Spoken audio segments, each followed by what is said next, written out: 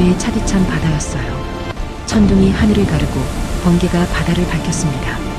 그 순간 등대벽에 기댄 한 소년이 있었어요. 17살, 시각장애인, 이름은 박지훈.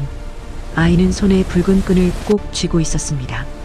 바다를 향해 외치고 있었어요. 아빠, 누군가 제발. 하지만 대답은 없었어요. 오직 천둥과 폭우만이 대답했습니다. 그 같은 밤, 서울의 한 재벌 저택, 따뜻한 거실에서는 62살의 박준호가 소파에 앉아 있었어요. 아내 이미영은 미소를 띠고 있었습니다. 그의 얼굴에는 의심이 없었어요. 그런데 순간 백구가 방을 뛰어나갔어요. 벽장을 부수고 나왔습니다. 입에는 붉은 끈을 물고 있었어요. 백구는 밤거리로 달려나갔습니다. 천둥과 번개 속으로, 폭우 속으로. 이건 단순한 이야기가 아니었어요. 한 가족의 파멸, 한 계획의 실행, 그리고 한 약속의 완성. 그 밤의 진실을 알고 싶으신가요? 그렇다면 구독과 좋아요를 눌러주세요. 여러분의 관심이 더 깊은 이야기를 만듭니다. 이 이야기는 2008년 겨울부터 시작됐어요. 박준호, 56살, 서울 강남의 인쇄용지 수입업자였습니다. 재벌이라고는 할 수 없지만 중상 정도의 부를 이루고 있던 사람이었어요. 그의 유일한 자산은 늦게 얻은 아들 박지훈이었습니다. 박준호는 자신의 일기에 이렇게 적었어요. 하늘이 내게 준 선물. 지훈이, 이 아이가 날 구원했다. 하지만 2014년 여름, 그 아이가 6살 때 일어난 사건이 모든 걸 바꿔놨습니다. 공장 설비에 휘말린 지훈이, 의식을 잃은 아이, 밝은 빛이 사라졌어요. 영원히 눈의 망막이 손상됐습니다. 의사의 진단은 명확했어요. 회복 불가능. 그날부터 박준호는 죄인이 됐습니다. 하지만 죄는 그의 것이 아니었어요. 그 이후로 박준호는 하루를 이렇게 보냈어요. 아침 7시 거실 박준호는 지훈이의 손을 잡았습니다.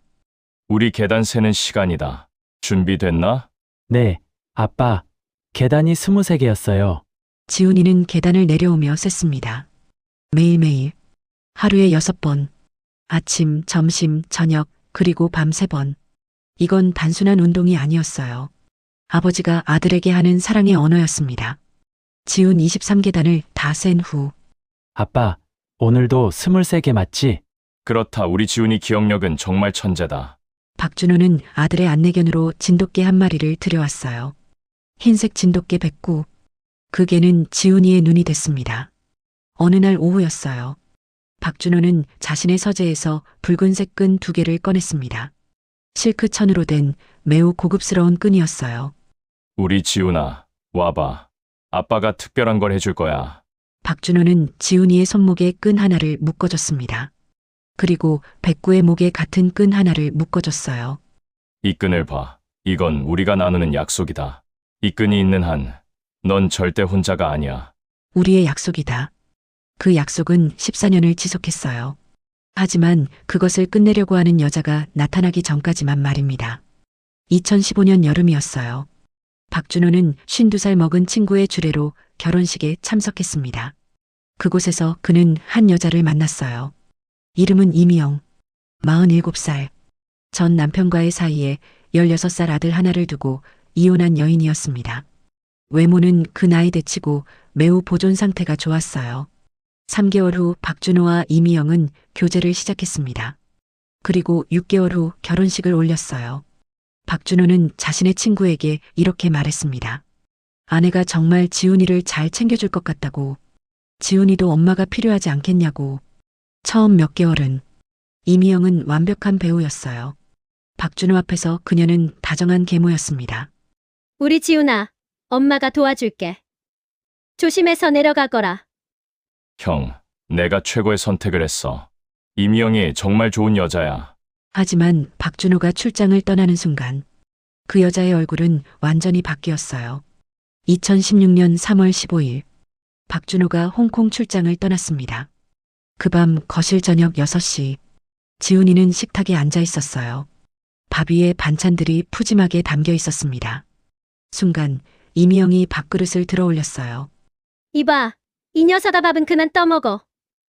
이미영은 손가락으로 밥그릇을 박차서 넘어뜨렸어요. 쌀밥이 바닥에 흩어졌습니다.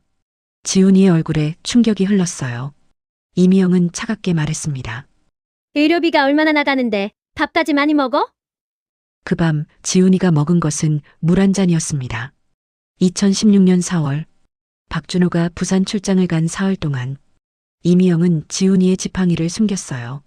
지훈이는 벽을 짚으며 화장실을 찾아갔습니다. 벽이 끝나는 순간 넘어졌어요. 이마에 상처가 생겼습니다. 손에서 피가 났습니다. 이미영은 차갑게 다가갔어요. 만약 아버지한테 말하면 너 좋아하는 백구 그 개를 어떻게 할지 알아? 지훈이는 울음을 참았습니다. 더 이상 아버지를 부르지 않았어요. 왜냐면 아빠가 정말 행복해하는 모습을 보았으니까요. 엄마가 떠난 뒤 자신이 사고를 당한 후 그 이후 아빠는 웃음을 잃어버렸거든요. 그런 아빠가 요즘 웃기 시작했어요. 보지 않아도 아빠가 얼마나 행복해하는지 목소리만으로도 느껴졌거든요. 그래서 자신을 학대하고 아빠가 없을 때 다른 얼굴로 변하는 새엄마를 미웠지만 참았습니다. 자신만 참으면 모든 게 평화롭다고 생각했으니까요. 2016년 5월 더욱 극악한 일이 벌어졌습니다. 박준호가 대구 출장 중이던 그날 이미영은 백구를 베란다에 묶어두었어요.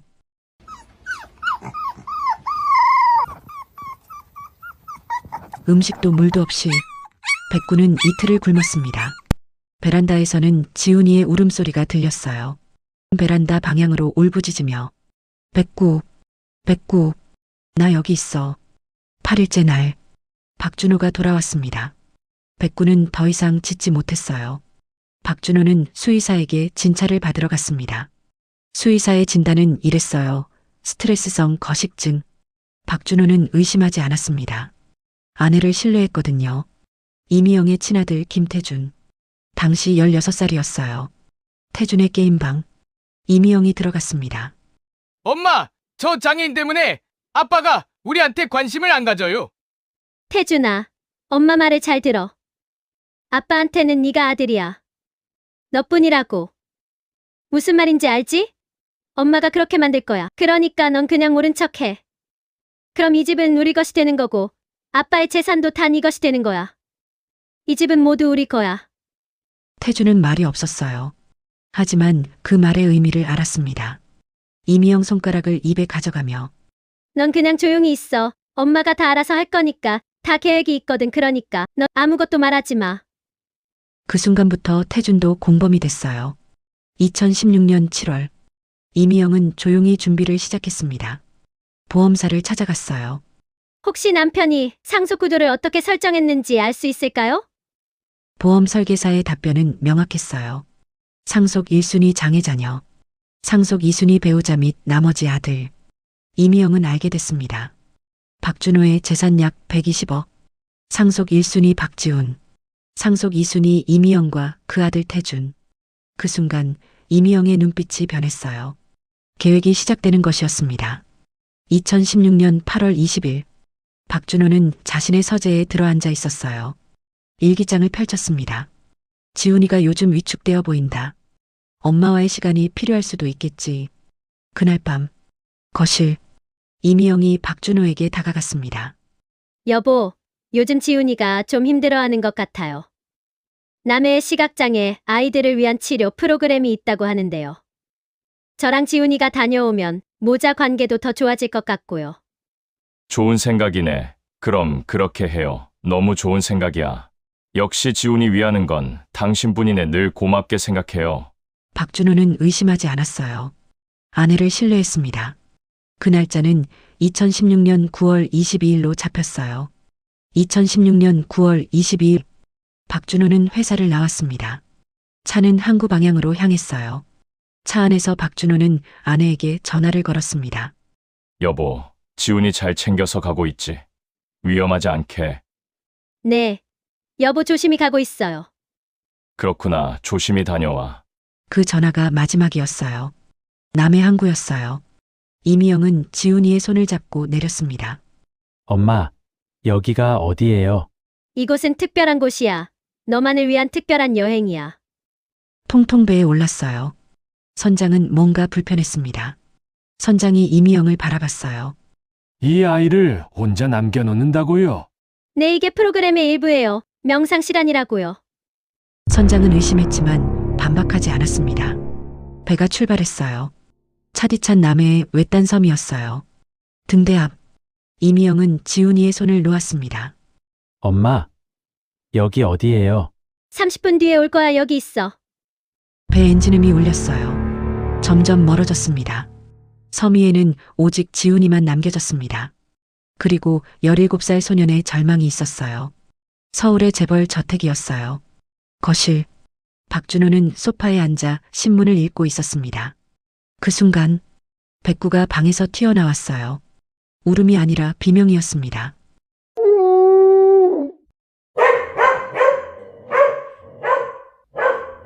백구는 벽장을 박차고 들어갔어요. 그리고 나왔습니다. 입에는 붉은 끈을 물고 있었어요. 백구는 현관으로 달려갔어요. 현관문을 박차고 나갔습니다. 백구, 어디가? 하지만 백구는 멈추지 않았어요. 밤거리로 달려나갔습니다. 서울 강남역 근처 골목이었어요. 백구가 달렸습니다. 때로는 비틀거리고, 때로는 넘어지고, 거리에 깡패들이 나타났어요. 저게 뭐야? 짜증나네. 돌이 백구를 맞췄습니다.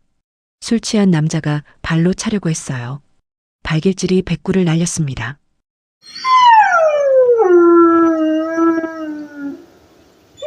하지만 백구는 일어났어요. 그리고 달렸습니다.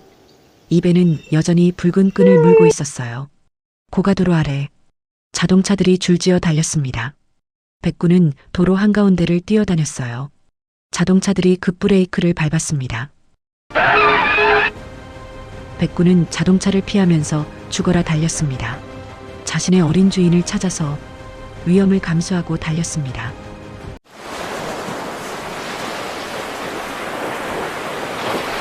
파도가 치는 한잔한 해변가의 작은 식당이었어요.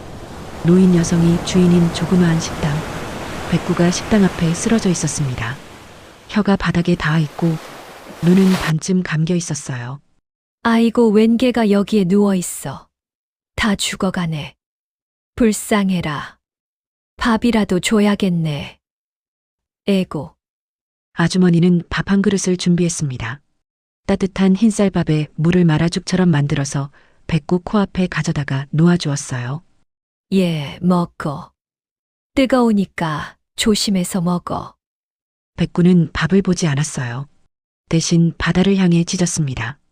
울음이 아니라 외침이었습니다.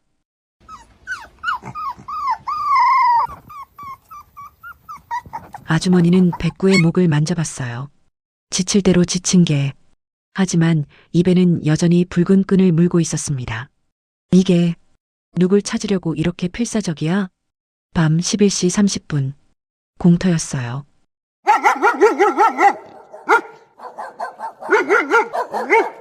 유기견들의 무리.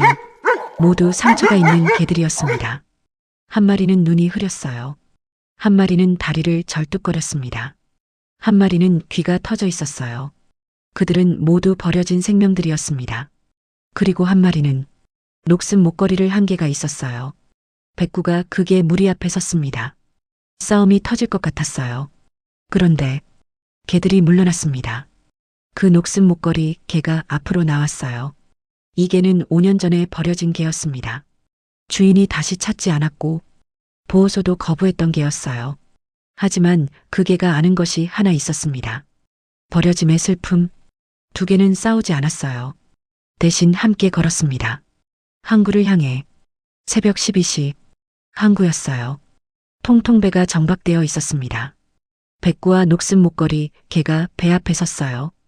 울음이 아닌 외침이었습니다.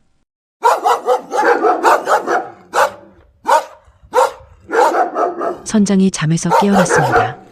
잠에서 깬 선장은 밖으로 나갔습니다. 그리고 개들을 보았습니다.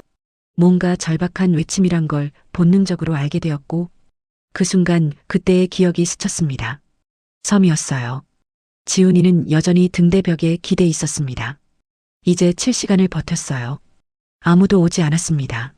소년의 입술은 파랬습니다. 밤이 내려앉아 온기를 잃었거든요. 새벽 3시. 남해의 섬이었어요. 갑자기 폭우가 내렸습니다.